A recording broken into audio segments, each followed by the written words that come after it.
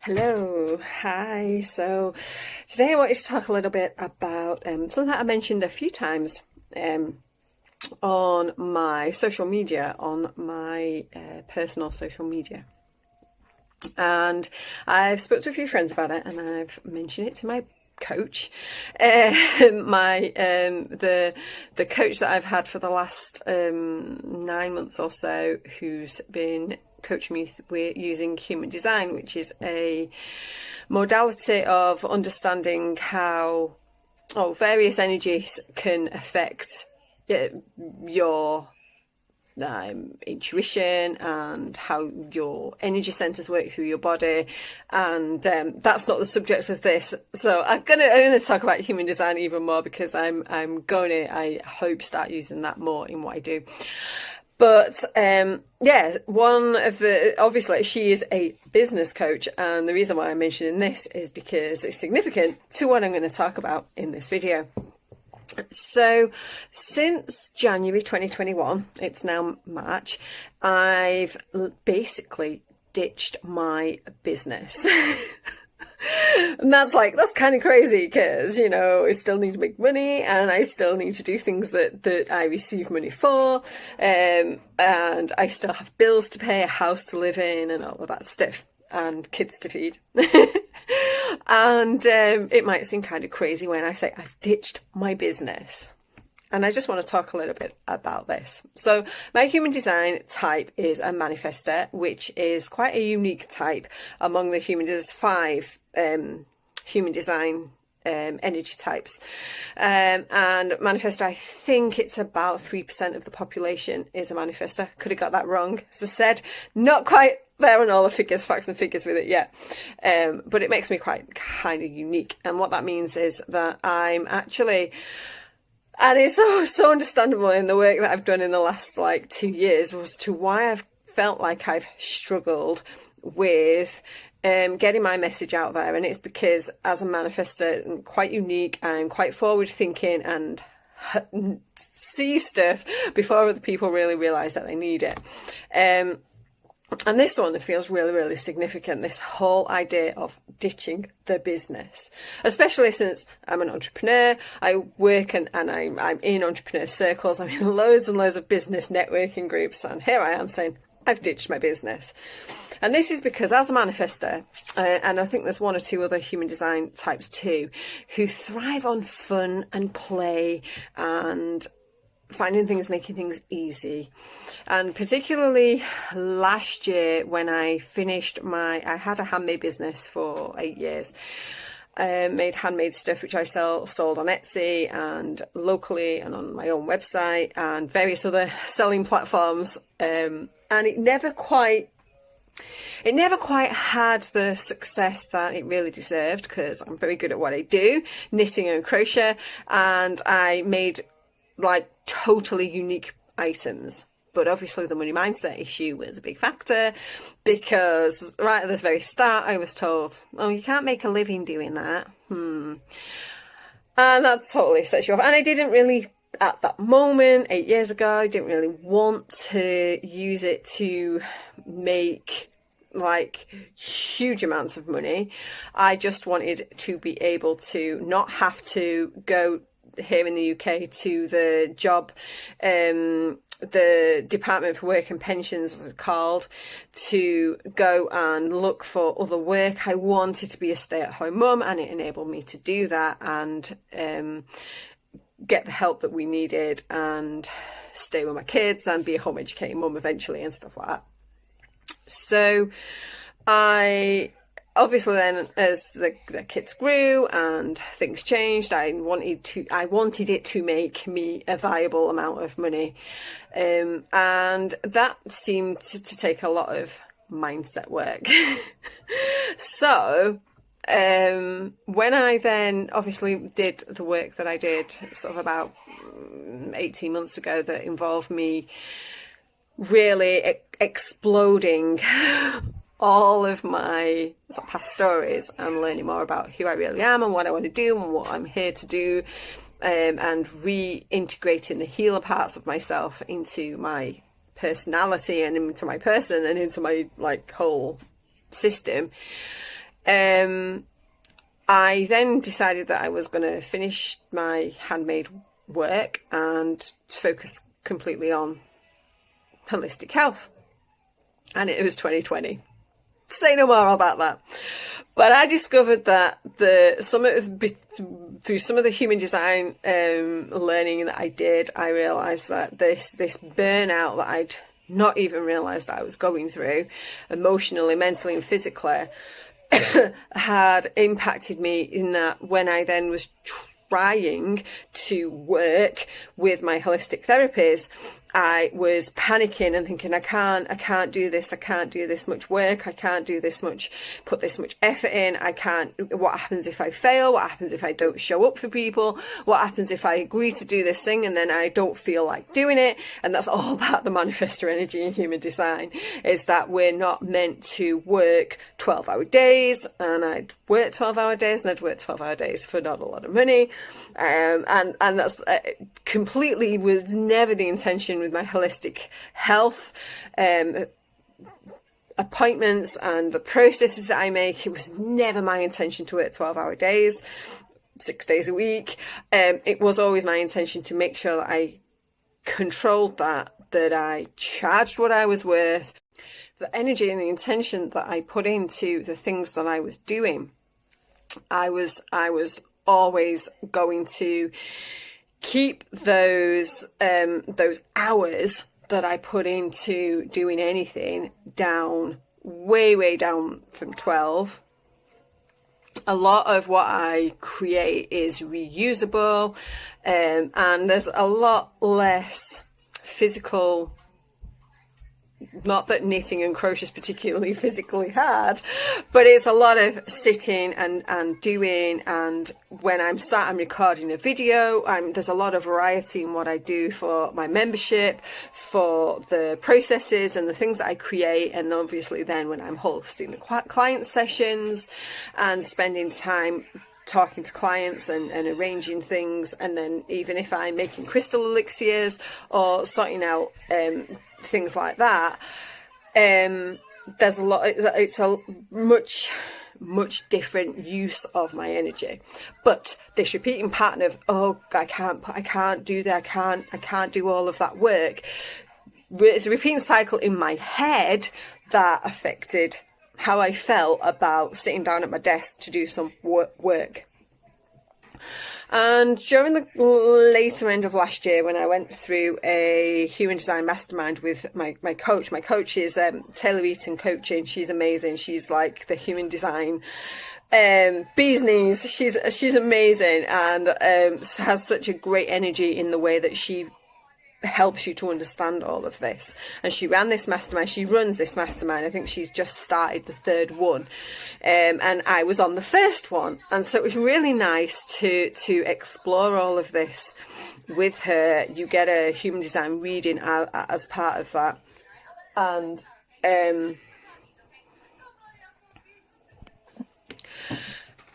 I keep being interrupted. So yeah, when I explored this, it was 5-month mastermind, and when we talked about it, and we talked about the work that I was doing, and we talked about the fact that I was aware of this repeating pattern and this fear and this anxiety of the burnout, and how I got to perceive it as something different if I chose to. And when I knew and went connected to my intuition and listened to my authority within human design, I would know that cycle wasn't going to repeat itself.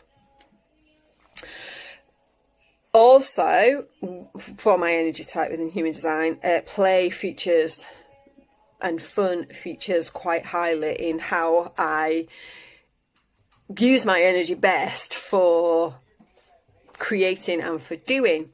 And I spent a long time personally with family and life anxieties and worries, and working so hard, not having time. I'm a home educating work at home, stay at home mum, because I want to be able to do things with my kids. And I was working so hard, I wasn't getting to do that. It was always like, no, I've got to work, I've got to do this, I've got to do that. I couldn't go out with them nearly as much as I wanted to do, but also wasn't bringing in the income that enabled me to allow them to go and do some of the other things that I really wanted them to be able to do.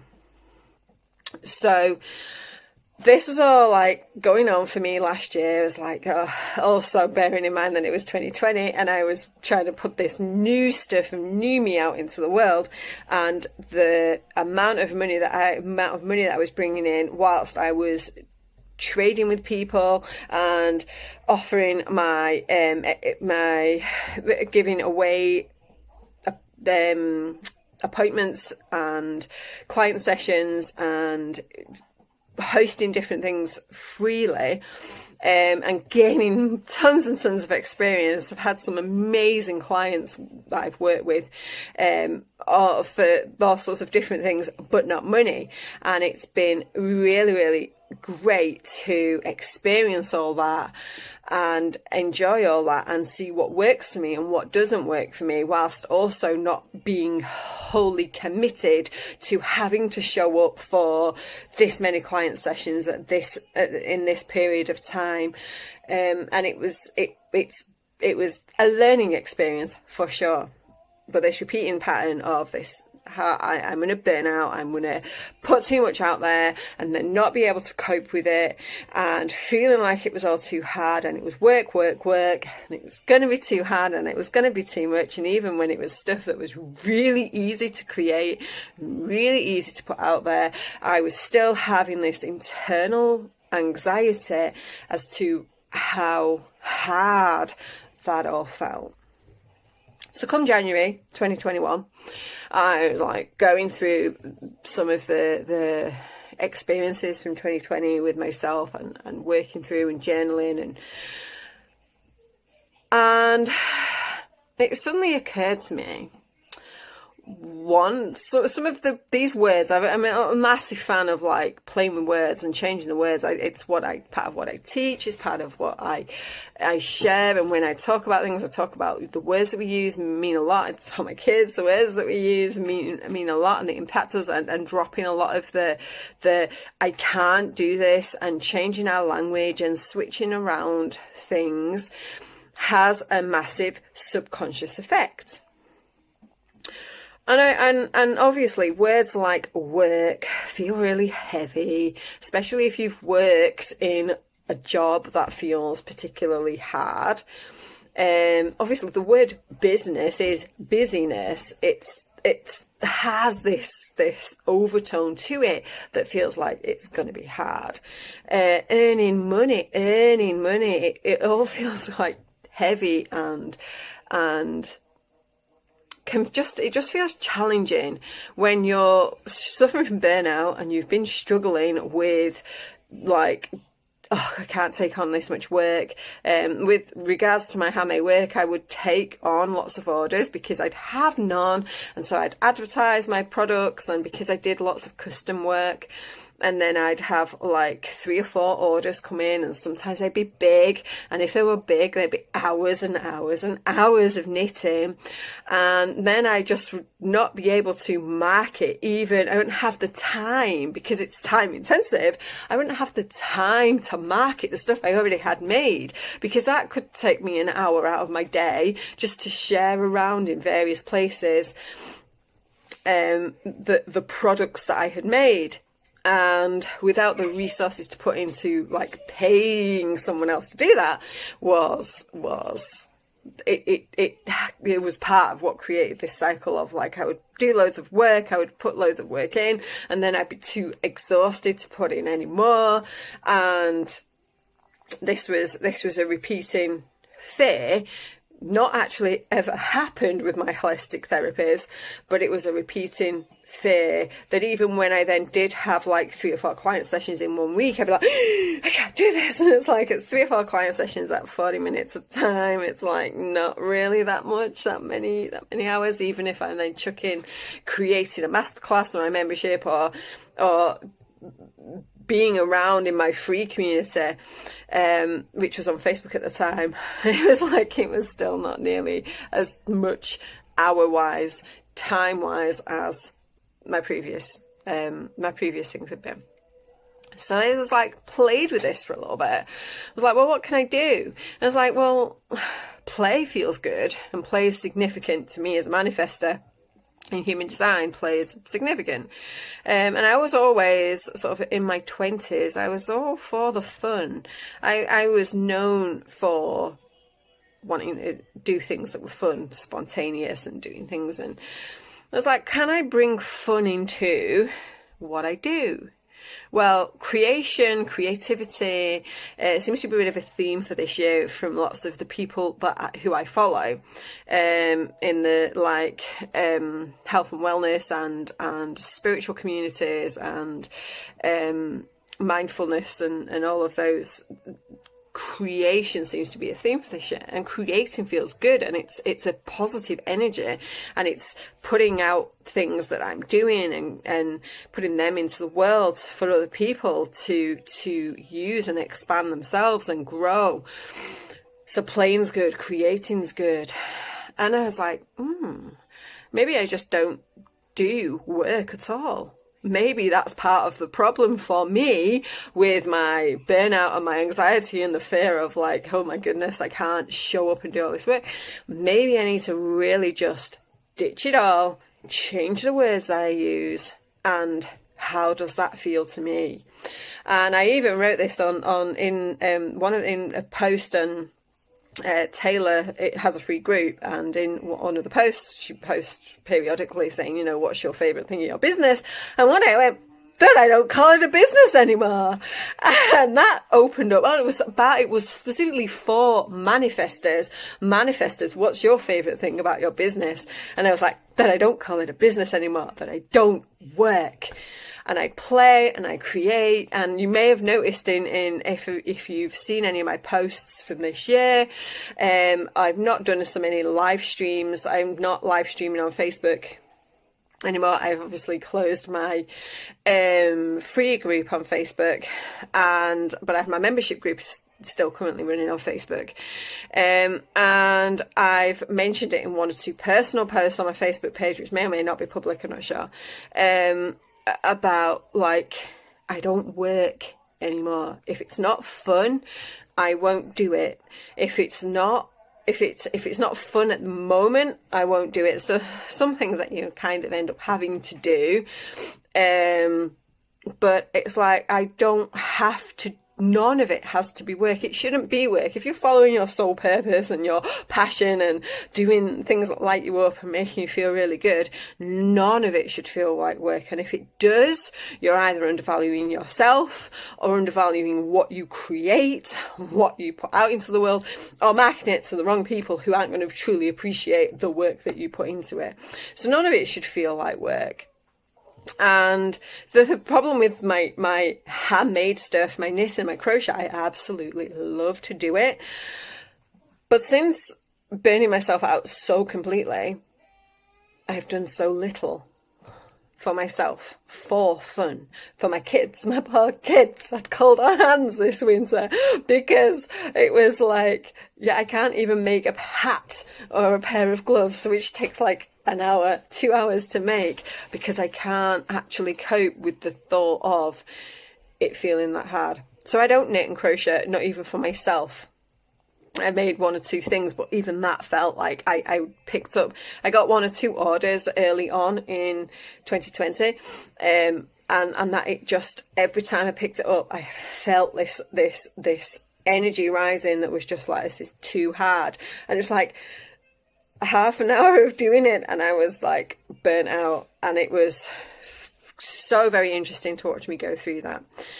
And because I don't want to get, I think thinking about it right now, I don't want to feel like that about this, because this is so important to me, that helping and nurturing people on their own healing journey to learn and expand for themselves to what is possible for them with their health.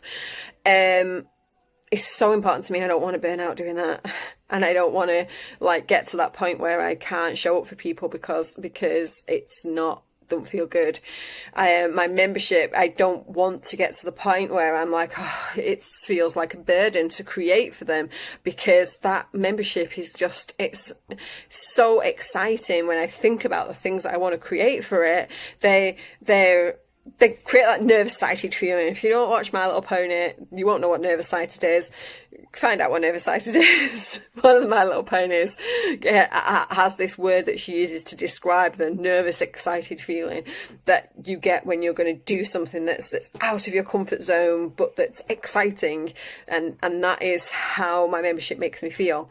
And it's how, when I put myself out there to do a podcast or an interview or something else, it's that feeling of like, oh, you know, that makes me feel nervous and yet excited and yet thrilled at the possibilities that come through. But underlying of that for a big chunk of last year was, oh my goodness, what happens if like even just 5 people come and want me to have a client session with them? And I'm like, and that obviously then affects the energy that I put into anything that I create, because obviously, whether you know it or not, energetically you're going to pick up on the energy from the person who's writing something. And so this is it. I now no longer work. I don't have a business. I find it really challenging when I have to answer anyone who's talking about businesses. And I'm like, well, I don't actually have a business. And obviously for like tax returns and things like that, I'm going to have to refer to it as a business, and that's going to be quite fun and entertaining. But then if it's not a business, and so yeah, I don't work. I play, I create, and part of the fun is finding words to creatively use to define what I do. Words that I other words that I don't like I working on. I'm endeavouring not to use words like programs for the services and the offerings that I put out there. You may have noticed I call them processes. I already had played with words that I use in the things that I do. The Nurture Yourself 30-day self-care process, when I created the free event that I run, Self-Care Love Fest, I didn't want to call them what's the word that's used by others that run 30-day programs? It is task. I didn't want to use the word task. I don't really like the word challenge, although it's not quite as a challenging word as some of the others. I like events. I like processes. I like practices. Rituals are good. And these are all words I've played with and dropped into stuff that I write and stuff that I create, much more than the hard words that can bring up triggering feelings that we don't even really necessarily realise we're triggered by. Because some of those words we don't realise that we're triggered by, but somewhere subconsciously there might be. Tasks are, you know, things that you might be given to do at school that you maybe didn't enjoy. So it's just a different way of framing it, and that has made a massive mindset shift for me, because it means that I've come and I've created I've spent time playing with ideal clients. What would my ideal clients be like? What would they do? What needs would they have? And from that, then I've created EFT videos, which I've put, which will be on my Odyssey channel. They are on my YouTube channel at the moment. I have created elixirs because I held actual real life client sessions, and then was like, oh well, there's no point in me just creating 1 or 2 elixirs for clients. I might as well create a batch of elixirs, and then I have some extra ones to sell. And I did that. And sell is not even a word that I use. Offer. And seeing things as receiving receiving money for what I do rather than being paid for doing it. They're all just plays on words that just change the energy in to what you get back for what you do. And it's been massive. It's been very, very significant. It's felt really, really good. And a lot of the anxiety on how much money comes in has eased. So if I don't have a client session for 2-3 weeks, I'm not stressed about that means there's no money coming in. And surprisingly, or not surprisingly actually, money has come from other areas. Money has come from other places. It's easier for me to receive money from in other ways, and that's, you know, I'm even receiving some money for doing crochet that didn't set me into that triggered like I can't do that. When I was asked, I was like, yeah, sure, I can do that. Like, it was, and I sat with it for a minute because I'm like, oh, was that just like, did that just come out because someone was offering to pay me money to do something? And I was like, no, not actually feel comfortable with that. I received money for doing it within an hour. I received a deposit for doing it. It was like, it was just so easy. The challenge will be that is to be made in black yarn. And for anyone who knits or crochets knows that black yarn is the challenge. However, we are moving into lighter days. I need daylight to see black. So we'll see about that. Ask me again in 3 months' time, did it feel so good to be making and creating black waistcoats and crochet, and an adult one as well. So yeah, so that's it. That's my little bit. Ditch the business, and I'm not a business coach. As I said, I've spoke to my own business coach about this, and she finds it very, very fascinating. And I spoke to a friend who's also worked as a business coach. I don't think she defines herself either as a business coach, who's also fascinated by me ditching this idea of business. I think we're moving into a completely different time as humans, as humanity.